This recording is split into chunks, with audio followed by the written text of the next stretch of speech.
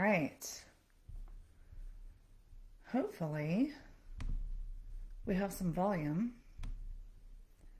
And I am sorry for being so late, you guys. I was actually sitting here for about 17 minutes working on how to get everything to do what I wanted it to do.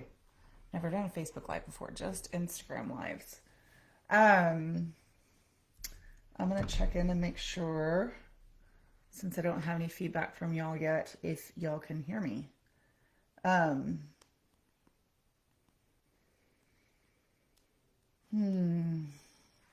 I know some of you.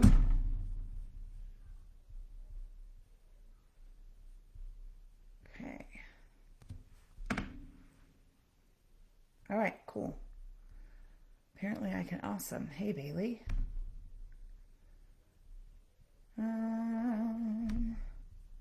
It's telling me that I have action needed and my rate of frames is too low. But if you guys can hear and see me, we're just going to go with it. Hello and good evening. I have funky downlighting here, but we're going to work with that too. This is actually, I recorded a podcast for the Emma's for Mama podcast earlier today, and then immediately afterwards I was on a podcast for Schoolhouse Rocked. If you'll follow Schoolhouse Rocked, it's an awesome homeschooling podcast. And then I, as soon as I got done with those two, which praise the Lord, the babies, I call them babies, but it's my 2-year-old twins, Titus and Toby, napped through the whole thing. And Shiloh made it almost the whole time, which was kind of a miracle, but praise Jesus. So that went really smoothly, but by the end of it, my throat was really hurting and I was starting to feel like kind of under the weather. So I have been sitting, I have been sitting in a chair reading to my kids. So that wasn't exactly taking care of my voice, but I was sipping tea and doing that. So hopefully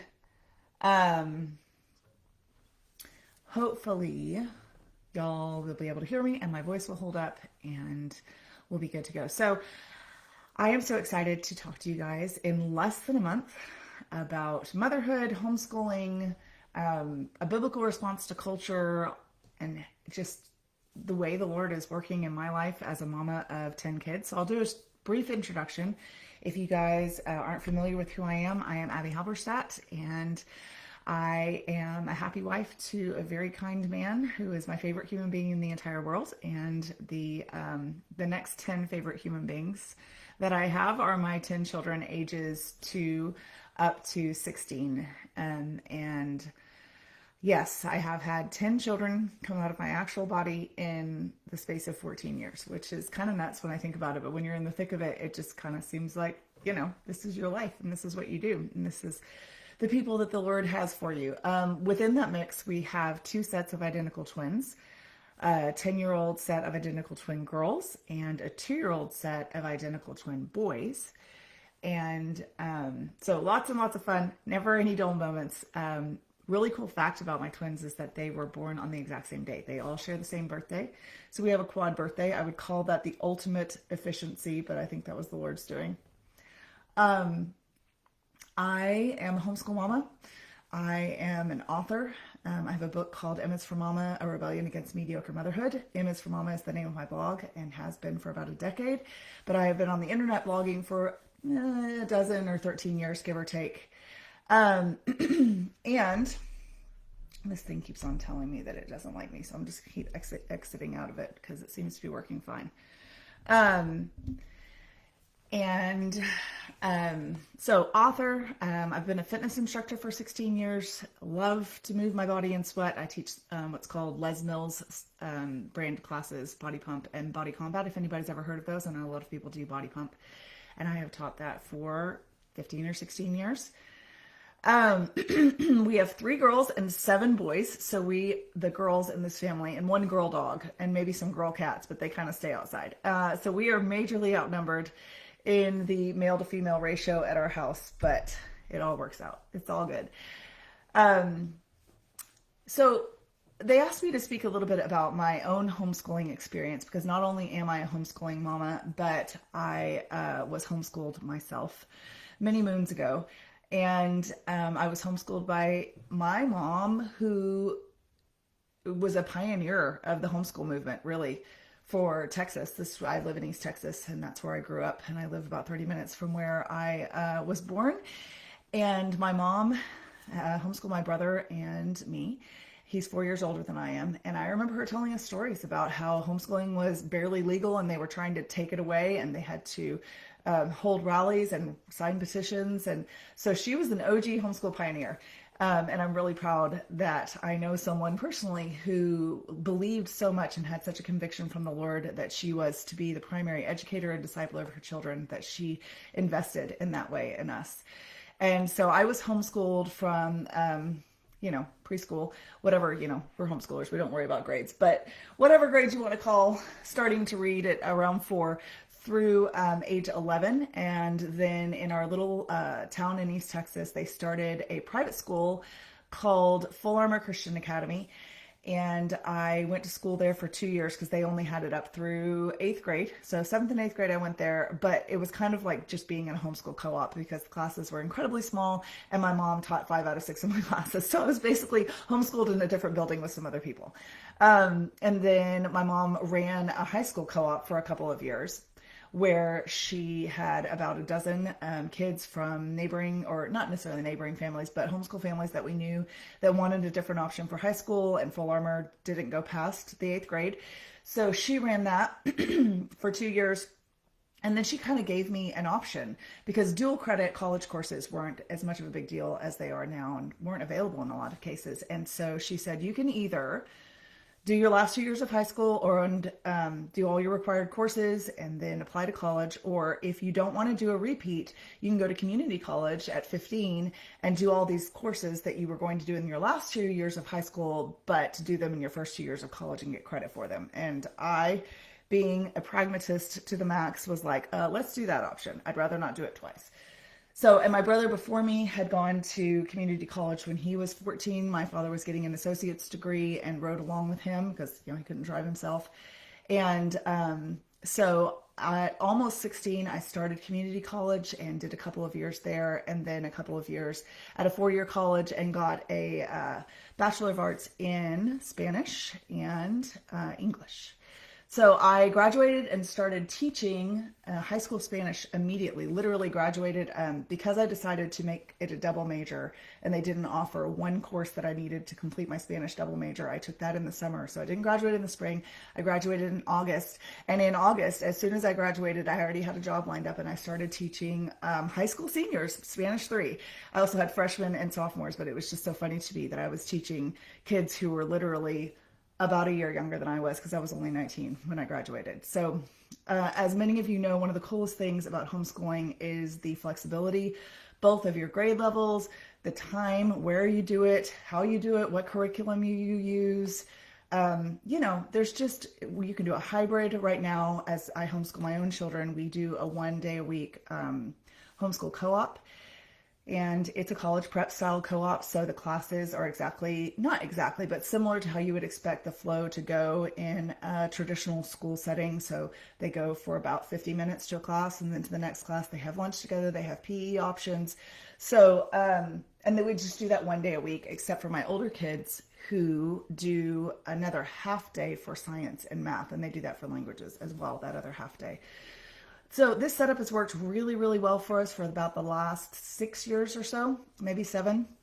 So we weren't always in a co-op. And a lot of people ask me if I think the co-ops are necessary, if I feel like they're something that's essential to homeschooling. And the answer is absolutely not, at least in terms of a organized co-op that has a charter and is a college prep style. But it is really nice with older kids, especially with as many kids as I have, to have those assignments given to them, have them be so self-directed at this point, so that I'm not necessarily having to pick all of their curriculum or oversee all of their assignments, because they actually get grades and they have tests and quizzes and all of that kind of stuff. And I'm a huge fan of looking for options once your kids get to that later middle school area, of working them into more of a college prep style of learning if you are interested in college in the future. Now, I don't know that we are necessarily going to do college for all of our kids. My oldest is actually probably going to apprentice to my husband, who is a software developer. And my oldest has the same affinity that my husband, Sean, has for computer software development, and is already taking courses. And is, once he graduates this year, he's also going to graduate early. So he's 16 and he'll graduate this year. And then next year he'll do a whole programming boot camp. And the goal is, if that ends up being what he enjoys doing and what he wants to keep doing, he'll start working for Sean, and he will have a career already lined up for him under a master software developer who can teach him, which, you know, I think is something that may be kind of more unusual now, but is something that traditionally has been the way that a lot of people have learned their trades, is to study under someone who's done it for long enough to be really amazing at it. So that is a little bit of background on kind of who I am, where I come from a homeschooling perspective. Lots of experience with it, but at the same time, I definitely don't feel like an expert. I feel like I'm always learning new things. I feel like I'm always adjusting what works for our family. Excuse me, that croak in my voice is trying to come back. Fortunately, the tea made my throat feel better, but I still feel like I sound a little bit like a frog. A lot of people ask me what my homeschooling kind of style is. I definitely know my homeschooling why. Excuse me, guys. My homeschooling why has always been that, just like my mom modeled for me, I have felt convicted to be the primary discipler and teacher of my children. That in Deuteronomy 6, when it tells parents to convey to their children God's law, to teach it to them when they walk and when they stand and when they lie down and when they sit in the way. In other words, as you're doing life together, that is the call that I felt on my heart as well. My husband was not homeschooled. He actually graduated from a teeny tiny little East Texas public school. I think he was the valedictorian of a graduating class of 14. So smart dude, but definitely a small pond. And he, when we first got married, was definitely not opposed to homeschooling. I always knew that I wanted to homeschool, both because of the conviction in my heart to be that primary teacher and discipler, to answer that call of Deuteronomy 6, but also because I had a really fantastic experience as a homeschooled kid. My mom was really careful to make sure that we had breathing room in our schedules, not only to do traditional school, to do spelling quizzes, to do Saxon math and Bob Jones University reading and language arts and Abeka grammar and all of those kind of old school sources that are still around and really great resources still. But she also made sure to let us develop life skills and friendships. And I had my best friend growing up was homeschooled as well, and she was about a mile up the road from us, and we would get up at like 5:30 in the morning and get all of our independent work done and beg our moms to let us go play. And we would go pick wild dewberries and, you know, soap down the trampoline and pretend like we were jumping to the moon as astronauts. I mean, just roll down the grass hill by her house, at her neighbor's house, just all those things that form such a happy and joyous childhood, while at the same time, as we now know, developing so many problem-solving skills and helping our brain to, our neuroplasticity to develop as we spend time in nature and interact with other human beings. I mean, we definitely don't want to cloister our kids and put them in a rigid school setting. If we're trying to recreate a school setting in our home, we're probably missing one of the greatest joys of homeschooling, which is that the home comes first and the schooling is a natural outflow of that. So Sean definitely saw the appeal of it, but he wasn't as set on it, but he was definitely willing to let me try, and he knew that I would be the one that was carrying the biggest weight of the burden of homeschooling, the time and the resources and the research and the teaching. And he has said many a time since, when he sees me teaching a child who's doing the classic, at, and they drop that first letter when they're first learning to read, he's like, better you than me. And he's a very patient guy, but man, those early emerging readers are tough on a mama's patience. Sorry, this thing keeps popping up and telling me that it doesn't like what I'm doing. I'm just ignoring it and hoping that all is going well.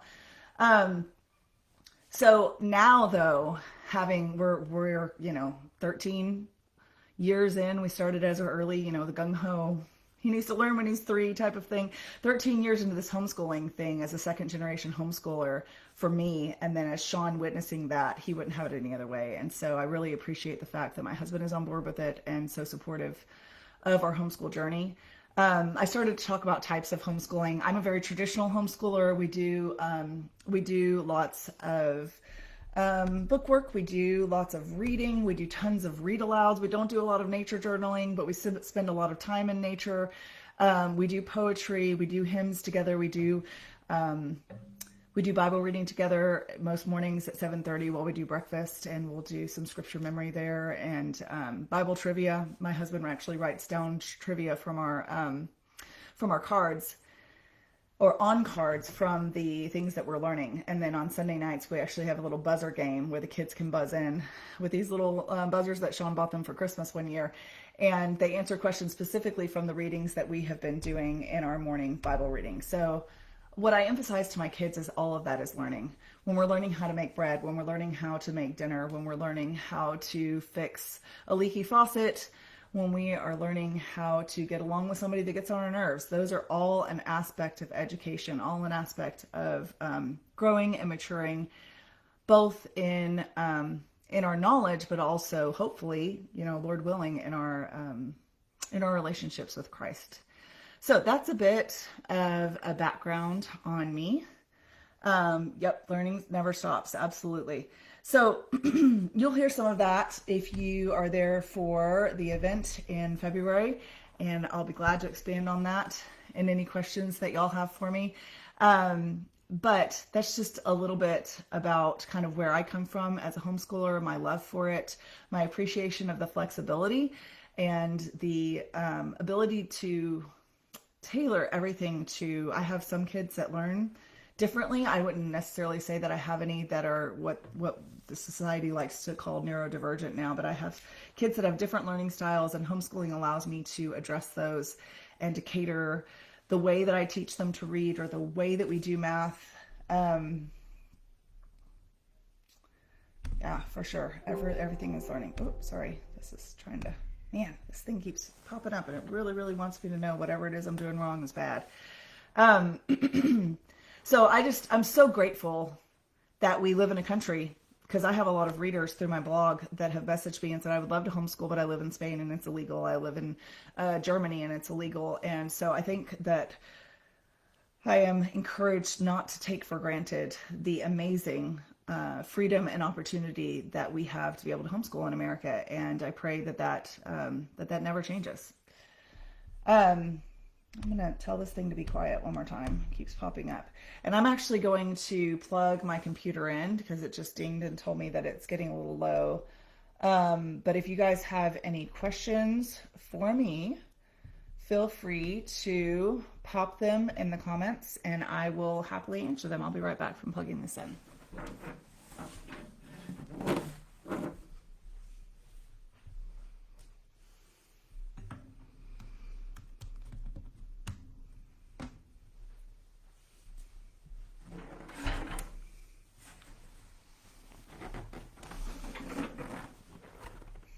Action needed. No, I don't think so. Keeps telling me this. What was the transition like for from homeschooling to community college for you? Very smooth. I hadn't done a lot of official tests or quizzes necessarily, although those 2 years in that very tiny private school, we did have to take tests and quizzes. So I guess I did have some experience, but I remember even transitioning to that didn't feel very foreign to me. My mom actually did spelling quizzes and tests for us. We had some math tests we had to do. I think that's I keep mentioning that because that's one of the number one things that I hear people talking about, that they really weren't prepared for traditional examination. They might have done a lot of talking and a lot of reading and a lot of critical thinking and discussion, but they weren't necessarily taught how to sit down and take a test. And I don't know that I could lay out for you why that wasn't a big deal for me, but I think my mom did do a good job of prepping me for kind of what that would look like. And that co-op that she did, we did do some official examination.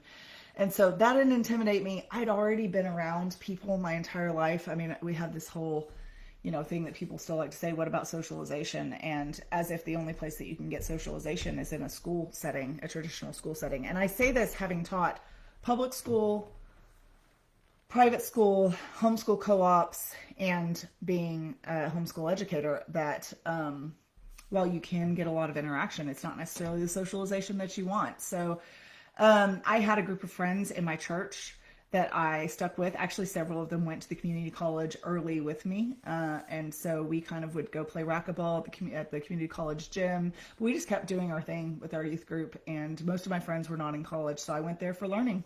It worked great for me. Is there a certain curriculum you suggest that I could teach history that would be a fun for an 8th and a 6th grader together? I am all about family learning.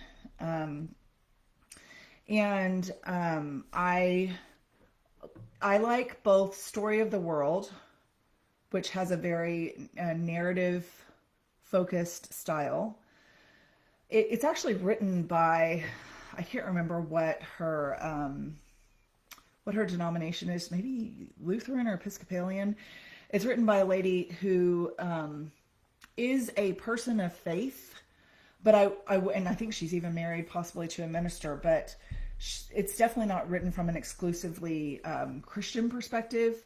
And so if you were looking for something that, it's not, there's no antipathy towards Christianity. It's not hostile. It's positive, but it is a little bit more, comes from kind of a global perspective. And it starts in early nomadic times and goes all the way through modern times. And we've always enjoyed listening to the CDs. That was one of the things that we would do in the car together and then discuss. But there is curriculum that goes with it as well. And then Mystery of History is another good one. It's similar to Story of the World with a narrative focus, but it actually is specifically very Christian and has a very biblical worldview, if that's what you're looking for. How do you juggle homeschooling with newborns and very young toddlers alongside the bigger kids? I think that one of the beauties of homeschooling is that there are different seasons in life, obviously, including the newborn season and the toddler season, and you're able to adjust, to back off, to pare things down, to drop something extra that you're doing for a season and pick it back up when it's more feasible. But I have done a whole lot of homeschooling from my nursing chair. Nursing because, I have 2-year-old twins and spent quite a bit, and they're still nursing. Spent quite a bit of the last several years nursing them and helping someone with math or reading aloud to them or having them come to me. I just think that while a lot of our schooling is done around the kitchen table where I walk around, or the kitchen island, we have a big island, really big. It's like 12 by 5 feet. So I walk around the island and go from child to child, helping them with what they need help with. And I'm able to do that now with toddlers down for naps or eating snacks or trundling around. But right now, if I'm completely transparent with you, something that's working extremely well for us, I haven't typically taught my fitness classes during school hours. I've either gotten up really early and taught them at 5:45 for years, or I did them after school at 4:30 in the afternoon, or other off times. And right now I have a fitness class 3 days a week that's right in the middle of primetime schooling. And what I do, we do our Bible reading in the morning, and then we eat breakfast, and then we do morning cleanup. We just call it morning routine, and everybody knows what their thing is because we keep it very simple and very repetitive. And then I get kids going. I either read aloud to them briefly, and we work on memory verses, or I get them going on math. And then the little biddies and I go and I teach my class at the gym, and then I come home. And I was having a mom guilt moment the other day of like, you're not here during 9:30 to 11, this prime time homeschooling time, and yet the math is getting done and they're starting on language arts. Like, it's happening because we're so repetitive and we're so consistent that they know the drill and they do it. But then the other day I didn't have a class for whatever reason. I can't remember. We had a holiday and I was there and the babies weren't down for naps, and they're just in a really busy stage, that 2-year-old stage where everything is exploding cognitively and in motor skills and talking. And I spent so much time pulling both the babies down from the table, and I was really distracted that day. And so I was realizing that in this season, in this particular season, because I've done many other seasons with toddlers and babies that have looked very different, where we've gritted our teeth and gotten through it, or we've saved the really intense stuff, the stuff that I needed to really be there for, right beside them the whole time for only nap time or whatever. Or we've gone outside and let the babies run around. In this season, my taking those three little ones that are the biggest distractors away during math time has actually worked really well. But that's very specific to my circumstances. And I know that, that for other mamas, it's going to be a different story and a different solution. But it was funny to me to realize that, like, I'm doing people a favor by taking them away for that hour and a half. I also have help with homeschooling 2 days a week. My mom comes for several hours 2 days a week, and we work together in the afternoon with kids during those 2 days a week. How do you balance all the different learning needs, styles, levels of several kids? So most of my kids do pretty well with a very traditional style of schooling, meaning that they're able to do their math in a workbook and comprehend it. They don't necessarily need a ton of manipulatives. Manipulatives are great. But one of the things that I would say, for example, with attention spans, with a couple of my younger boys, because I've got some ones that tend to either daydream or get distracted really easily, is I haven't changed the curriculum, but I have changed the way I approach it. Whereas my 10-year-old girls just get after it. In fact, sometimes they'll do extra math because they just, they don't want to do it on Friday or whatever. And that was what I was like growing up. Like I said, I would get up early and get it out of the way if I could.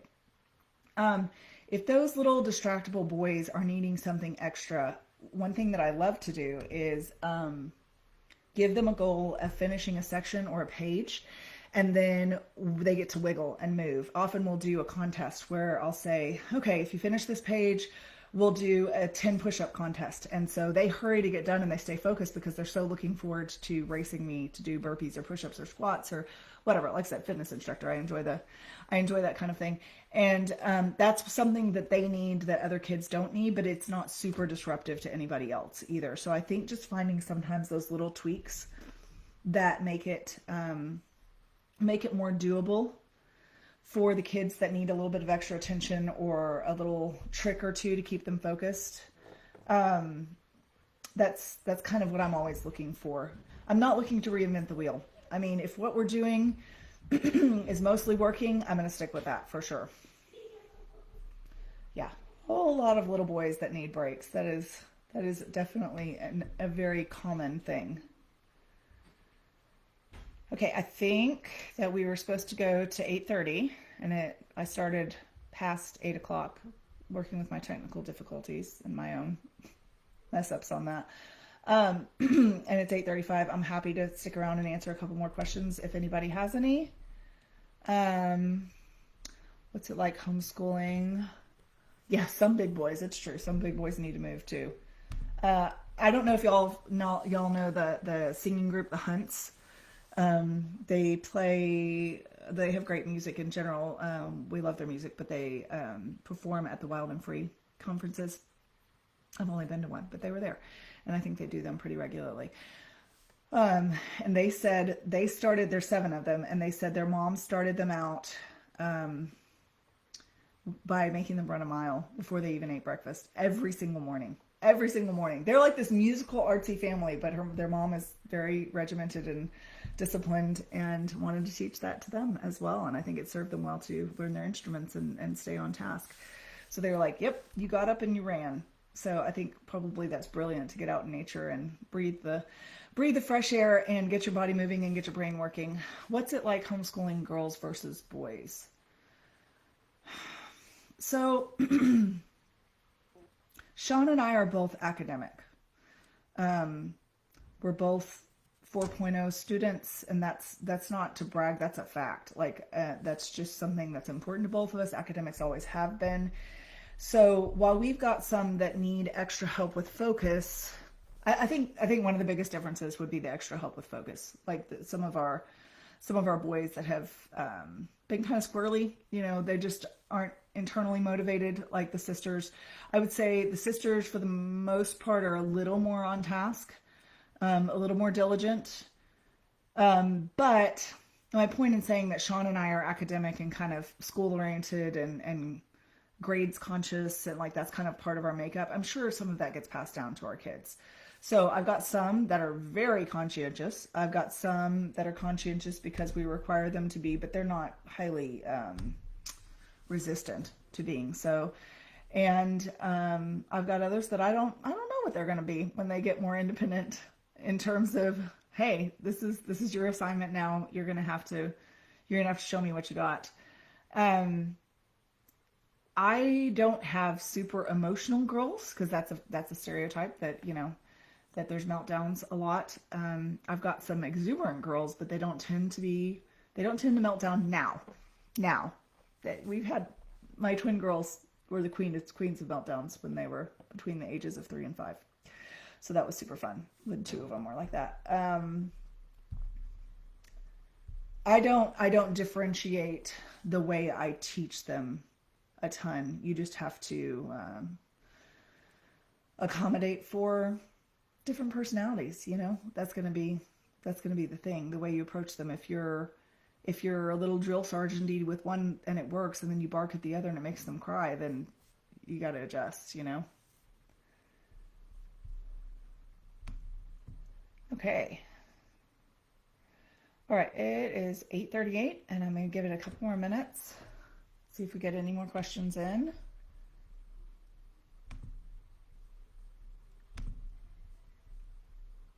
And then we'll wrap up.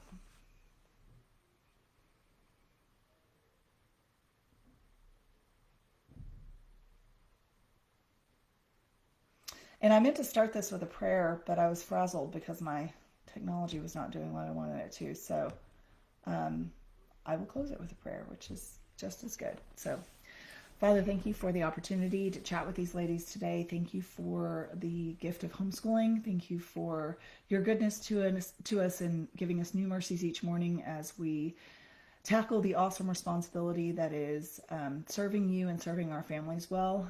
Pray that you would put your hand of blessing and peace and joy and safety and order on all of the last minute preparations that are going to be happening in the next several weeks before I fly to Kansas City. And I ask that you would give me the right words to say and the right encouragement to bring. And we thank you that you are a good God and that you love us despite our doing nothing to deserve it. In Jesus' name, amen. All right, you're so welcome.